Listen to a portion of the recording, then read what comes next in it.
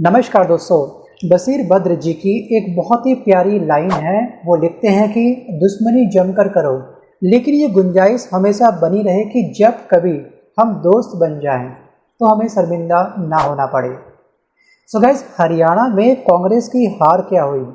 India गठबंधन के अंदर हमको साफ तौर पर दरार दिखने लग गई है। जी हाँ, हर नेता, हर पार्टी के मैक्सिमम नेता दूसरे नेता के लिए एक दुश्मनी बन चुके हैं।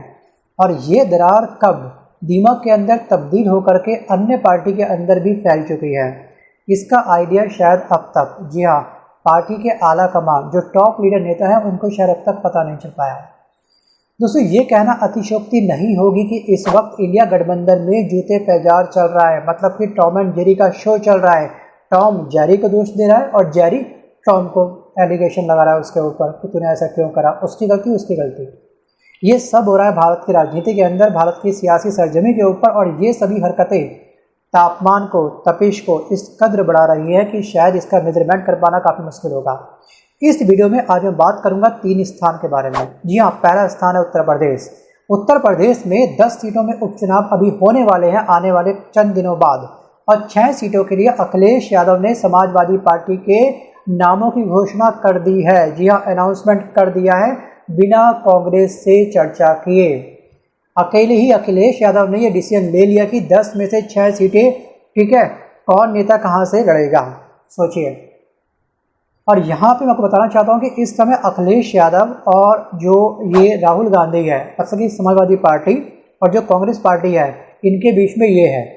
अब सोचिए, अगर आप बिना किसी विचार विमर्श के अपने अपने डिसीजन अलग ले रहे हो तो क्या हो गया? आपका गठबंधन कहीं ना कहीं ब्रेक होते हुए साफ साफ जनता को दिख रहा है। और सेकंड स्थान है आपका दिल्ली, मतलब कि दिल्ली। अब दिल्ली में जो पार्टी के नेता हैं वो लगातार अपने इंटरव्यू पर, अपने प्रेस कॉन्फ्रेंस में ये साफ साफ इस बात का जिक्र कर रहे हैं कि वो फरवरी मंथ में दिल्ली के अंदर जो विधानसभा चुनाव होंगे उसमें अकेले अपने दम पर लड़ेंगे, उनको किसी की ज़रूरत नहीं है। और ये बात कहीं ना कहीं बिल्कुल सही भी है। जी हाँ, आम आदमी पार्टी के बारे में, इसके इतिहास के बारे में हम सभी जानते हैं कि किस तरह से पहली बार चुनाव लड़ा। 70 में से 67 सीटें आम आदमी पार्टी ने जीती, और इनको वास्तव में जब सेकंड चुनाव हुआ विधानसभा चुनाव, तब भी इनकी जीत काफ़ी अच्छे वोट बैंक से हुई थी। तो इनको शायद अभी गठबंधन की आवश्यकता नहीं है, क्योंकि इनको अपने काम पर पूरा यकीन है। जी हाँ, जो जनता की डिमांड है, जो नीड है, वो ये पूरी कर रहे हैं, चाहे वो मोहल्ला क्लिनिक को लेकर के हों, राइट, चाहे वो फ्री बस सेवा को लेकर के हों, चाहे वो बिजली को लेकर के हो, चाहे वो पानी को लेकर के क्यों ना हो, चाहे वो महिलाओं की जो पेंशन होती है उसको लेकर के क्यों ना हो, या फिर वो तीर्थ यात्रा क्यों ना हो, तो ये अपना काम कर रहे हैं। तो इनको गठबंधन की आवश्यकता नहीं है, जनता का प्यार इनको भर के मिल रहा है। वो अलग बात है कि लोकसभा चुनाव के अंदर इनका खाता जीरो रहा, इन्हें सीटें नहीं मिली। लेकिन विधानसभा चुनाव के अंदर जो सीएम के लायक जो पार्टी है वो आम आदमी पार्टी का कोई नेता ही बनेगा, तो इनको इसलिए गठबंधन की आवश्यकता है नहीं, उन्होंने हिसाब से अनाउंसमेंट कर दिया। तीसरा स्थान है आपका महाराष्ट्र। जानते हैं कि आखिरकार यहाँ पे हमको दरारें किस तरह से देखने को मिलेगी। सो गाइस, महाराष्ट्र में जो शिवसेना पार्टी है, और इस शिवसेना पार्टी के एक बहुत ही प्यारे और बहुत ही बड़े नेता हैं जिनका नाम है संजय राउत, राइट। अब संजय राउत एक भारतीय राजनेता होने के साथ साथ सिर्फ पार्टी के एक बहुत सीनियर, बहुत ही एक्सपीरियंस होल्डर एक मेंबर भी हैं। इसके अलावा ये महाराष्ट्र से राज्यसभा सदस्य भी हैं, और ये शिवसेना पार्टी के जो नेता हैं उद्धव ठाकरे, इनके द्वारा एक न्यूज़पेपर प्रकाशित होता है जिसका नाम है मराठी अखबार, जिसका नाम है दोस्तों सामना। ये इसके संपादक भी हैं। इसके अलावा संजय राउत ने 2019 में रिलीज हुई शिवसेना के संस्थापक बाल ठाकरे के बारे में, ठीक है, इनकी एक बायोपिक भी लिखी थी। और इनको अगर इतना अच्छा एक्सपीरियंस है तो ध्यान रखिएगा, मीडिया इनके बयानों को काफ़ी तवज्जो देती है, महत्व देती है, और इनका एक एक बयान कहीं ना कहीं राजनीति के अंदर बहुत वैल्यू रखता है। और कल इन्होंने एक ऐसा बयान दिया जिसके बाद में कहीं ना कहीं पूरी राजनीति अच्छे तरीके से डगमगा चुकी है। मतलब कि इनके एक बयान ने आग में घी जैसा काम कर डाला। जी हाँ, इंडिया गठबंधन की जो दरार साफ साफ दिख रही थी, उस दरार को और अधिक चौड़ा कर दिया। सो बस ये बयान इतना खतरनाक है कि अब गठबंधन की बात तो दोस्तों हर पार्टी काफ़ी सोच समझ करके करेगी, शायद कि गठबंधन ना ही करे। सो गाइस, इनका बयान साफ साफ था, जो कांग्रेस की तरफ एक तीखा प्रहार था। इन्होंने ये कहा कि हरियाणा में इंडिया गठबंधन नहीं कर पाया कांग्रेस, क्योंकि कांग्रेस को लगता था कि वे अपनी ताकत से जीत जाएंगे, उन्हें सत्ता में कोई और भागीदारी नहीं चाहिए था। और ये सीधा सीधा ताना मारा है संजय राउत ने, सीधा प्रहार किया है कांग्रेस के ऊपर। संजय राउत सोचिए दोस्तों, इतने बड़े बड़े पत्रकारों के सामने ये साफ साफ स्टेटमेंट दे रहे हैं कांग्रेस के बारे में। क्या कांग्रेस शांत बैठेगी? बिल्कुल नहीं। तो कांग्रेस की तरफ से भी, विपक्ष की तरफ से भी एक प्रहार हुआ इनके ऊपर, और ये प्रहार का, दोषारोपण का जो फेस्टिवल खेलते हैं नेता, इसका कहीं ना कहीं खामियाजा इनकी सीटों पर पक्का पड़ता है। अब संजय राउत ने मीडिया के सामने अपनी बात रखी और कांग्रेस के ऊपर प्रहार किया अपने शब्दों के द्वारा। अब इस पर काउंटर वॉर, मतलब कि काउंटर अटैक किया है कांग्रेस के नेता नाना पटोले ने। अब वो मीडिया के सामने आते हैं। अब वो क्या बोलते हैं? वो ये बोलते हैं कहीं ना कहीं संजय राउत के बारे में कि इस तरह का बयान सार्वजनिक तौर पर नहीं देना चाहिए, और इस तरह के बयान से गठबंधन को नुकसान पहुंचता है। जी हाँ, और गठबंधन से कहीं ना कहीं विश्वास भी उठ जाता है। अब इस पर आपके क्या विचार है? आप मुझे कमेंट चाहो तो कर सकते हो। दोस्तों, कभी कभी पार्टी को गठबंधन की आवश्यकता पड़ती है, ये हम सभी जानते हैं। अब यहाँ पे ये बात दोस्तों वहीं पे समाप्त नहीं हुई। बयानबाजी का सिलसिला, दोषारोपण का सिलसिला और भी अधिक बढ़ गया। शिवसेना की एक नेता इस बयानबाजी के कुरुक्षेत्र में उतरी। उनका नाम है दोस्तों प्रियंका चतुर्वेदी। ये उद्धव सेना की सांसद हैं प्रियंका चतुर्वेदी। इन्होंने काफ़ी लॉजिक से कहीं ना कहीं अपनी बातों को रखा है, और ये बात कहीं ना कहीं सही भी है। इनके बयान में कोई भी आपत्तिजनक टीका टिप्पणी मुझको नहीं दिखी। अब इन्होंने क्या बोला स्क्रीन पे आप देख सकते हैं। इन्होंने साफ साफ ये बोला कि ये बहुत ही ज़रूरी हो जाता है कांग्रेस के लिए कि वो अपने क्षेत्रीय दलों से जल्द सीटें शेयरिंग के फॉर्मूले पर बात करे, चाहे वो महाराष्ट्र हो, झारखंड हो या फिर उत्तर प्रदेश ही क्यों ना हो। सो बस अखिलेश यादव ने 10 में से 6 सीटों का जो अनाउंसमेंट किया है वो अकेले अपने दम पे किया है। क्यों? कर अभी आप बात करने के तैयार नहीं हो। गठबंधन अगर आपने कर रखा है तो आप सामने वाली पार्टी से सजेशन डेली लेते रहोगे, वो ये कर नहीं पा रहे हैं। भाई माना कि हरियाणा चुनाव की हार का गम आपको सता रहा होगा, लेकिन 8 तारीख को समय अब हो चुका है। अब आगे की प्लानिंग आप देखिएगा कि वो करना क्या है, कहाँ पे गलती हुई है। जो सीनियर नेता है उनसे सीखिए और आगे बढ़िए। सो गाइस, हालांकि जो प्रियंका का बयान है इस पर कोई भी मुझे लूप पॉइंट नज़र नहीं आया, इन्होंने सही बोला है। सो गाइस, मैंने आपको लास्ट वीडियो में आपको बताया था, शायद वो 2 अक्टूबर का वीडियो था, आपको शायद याद होगा। 2 अक्टूबर के वीडियो में भी और 1 अक्टूबर के वीडियो में भी मैंने एक बात कही थी राहुल गांधी के बारे में। राहुल गांधी सरजमीन पर इनकी जो नीयत है बिल्कुल सही है, इनकी जो अप्रोच है वो भी काफ़ी राइट है, लेकिन कहीं ना कहीं एक छोटी सी गलती कर बैठे। ये वही गलती कर बैठे हैं जो इन्होंने एमपी के अंदर करी थी। इन्हीं के नेता ने इन्हीं के नैया डुबो दी थी। याद होगा मैंने उस वीडियो में, उसके बाद एक राज्य और है आपका पंजाब, वहाँ पर भी जीता चुनाव ये हार चुके थे, इनको ज़्यादा सीटें प्राप्त नहीं हुई क्योंकि इन्हीं के नेता की बयानबाजी ने इनकी जीत की नैया डुबो दी थी। और वही सेम हाल हुआ है हरियाणा के अंदर। मैंने उस वीडियो में साफ साफ ये कहा था कि किसी भी मंच पर किसी 2 नेता जो आपस में खपाएं, उनको हाथ मिलाना ही इनफ नहीं होता है। जी हाँ, जनता के सामने मैसेज जाएगा कि हाँ दोनों एक हो चुके हैं, कोई मनमुटाव नहीं है पार्टी के अंदर वगैरह वगैरह, लेकिन चंद घंटों पहले, चुनाव से चंद घंटों पहले जो शैलजा ने ललन टॉप पे इंटरव्यू दिया है हुड्डा जी के बारे में, जो टीका टिप्पणी कर दी है, उसके बाद उस टीका टिप्पणी से साफ साफ ये दिखता है कि पार्टी में कुछ भी सही नहीं है। और कुछ भी अगर सही नहीं है तो जनता कैसे आपके ऊपर विश्वास करेगी और कैसे आपको वोट देगी। अब आप चाहे बैटरी की चार्जिंग के ऊपर सवाल उठा लो कि 99% बैटरी कैसे चार्ज थी, उसके पीछे लॉजिक है, बात तो इनके उसमें दम था भी।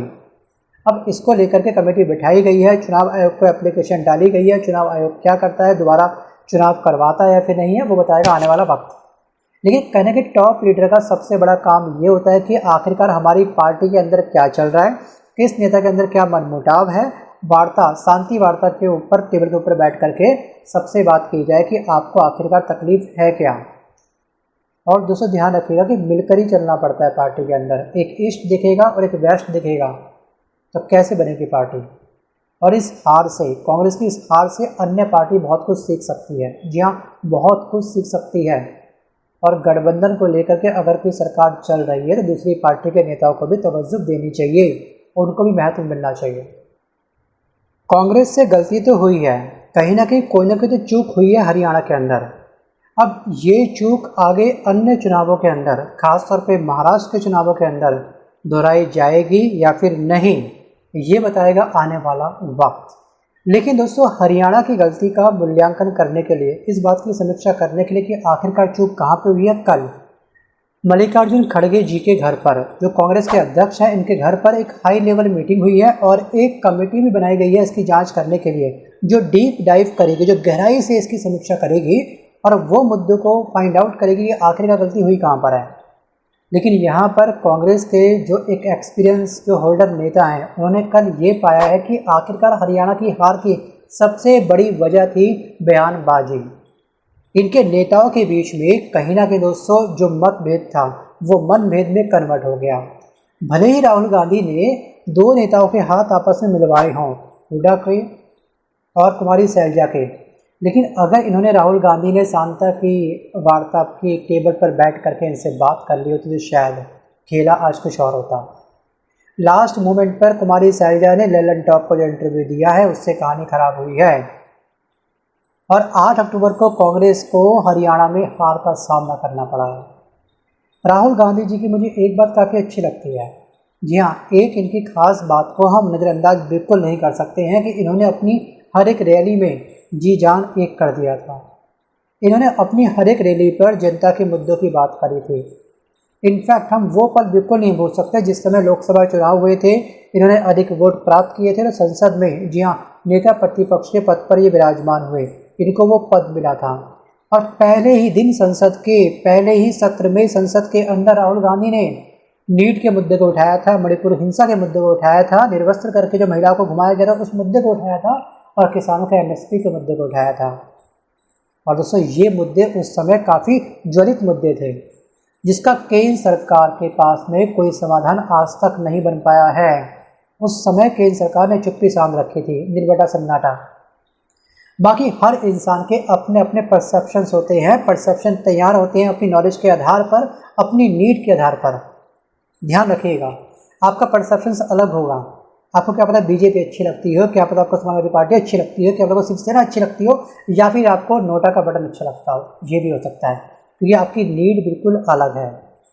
क्योंकि योग्यता के आधार पर ही, ठीक है, आवश्यकता के आधार पर ही इंसान का नज़रिया या फिर मतलब परसेप्शन तैयार होता है, विचारधारा बनती है, राइट। भारत की बहुत बड़ी जनसंख्या आज के समय में भी बहुत बड़ा तबका ऐसा भी होगा जिसको दिन दुनिया से कोई मतलब नहीं है। उसको टेंशन ये है कि आखिरकार अंबानी ने अपना रिचार्ज पैक, हमारा रिचार्ज पैक जो है, जियो का जो प्लान है, उसका रेट हाई क्यों कर दिए। अब हम कैसे बात करेंगे, कैसे मैसेज करेंगे, डाटा काफ़ी महंगा हो गया वगैरह वगैरह। कुछ लोगों की कहानी केवल रिचार्ज पे टिकी हुई है और रिचार्ज पे ही ख़त्म है। आई थिंक सो आप मेरी बातों को समझ पाए होंगे। कांग्रेस अपने सीट के न्यूनतम स्तर पर वर्तमान समय के अंदर बनी हुई है, क्योंकि मुद्दा सिर्फ हरियाणा का ही नहीं है दोस्तों। अगर आप ध्यान से जम्मू कश्मीर को निहारेंगे, ठीक है, ताड़ेंगे, तो आपको साफ साफ ये चलेगा पता कि कश्मीर में के अंदर भी, जम्मू कश्मीर के अंदर भी इन्होंने ज़्यादा अच्छी तरीके से कमल नहीं खिलाया। जी हाँ, कमल तो खैर बीजेपी का है, लेकिन इनका कमल का भी नहीं खिलाया। कुछ खास प्रदर्शन नहीं हुआ है। जो आप देख रहे हैं जम्मू कश्मीर में जीत हो गई, उसका सबसे बड़ा योगदान है नेशनल कॉन्फ्रेंस पार्टी का, जो उमर अब्दुल्ला की पार्टी है। ये केवल वन साइड जीत है। गठबंधन इन्होंने साथ में किया, वो अच्छी बात है, लेकिन वहाँ पर जम्मू कश्मीर में राहुल जी को गठबंधन की आवश्यकता थी तो वहाँ पे कर दिया। हरियाणा में लगा कि ठीक है हम अकेले झेल लेंगे, मतलब कि जीत जाएंगे, लेकिन यहाँ पे ऐसा गेम नहीं चल पाया। मैं आपको यहाँ पे क्लियर करना चाहता हूँ दोस्तों कि जम्मू कश्मीर में कांग्रेस को केवल 6 सीटें मिली है और नेशनल कॉन्फ्रेंस ने अपने दम पर जम्मू कश्मीर के अंदर सरकार बनाई है। तो यहाँ पर हमको समझना होगा कि गठबंधन के ऊपर सवाल उठाना या फिर अकेले ओवर कॉन्फिडेंस जनरेट कर लेना खतराए जान बन सकता है पार्टी के लिए। दोस्तों ओवर कॉन्फिडेंस दोस्तों आज के टाइम पर हर इंसान के अंदर दिख रहा है। मैं साफ साफ बोलूँ तो हमारा जो ऑल आउट होता है, जो लिक्विड जो मॉर्टिन या ऑल आउट आता है, उसके ऊपर जब हम उसको ऑन करते हैं उसके आसपास मच्छर आते हैं हमारी आंखों के सामने, साथ फेरे लेते हैं, कस्में खाते हैं कि हम हमेशा जिंदा रहेंगे, तेरे साथ चलेंगे, मरते नहीं हैं। सोचिए ओवर कॉन्फिडेंस। तो इतना कॉन्फिडेंस भी नहीं होना चाहिए, क्योंकि पता नहीं कि कब कौन सा खेल पलट जाए। समझ रहे हैं आप लोग, बस मच्छर कुचल जाए।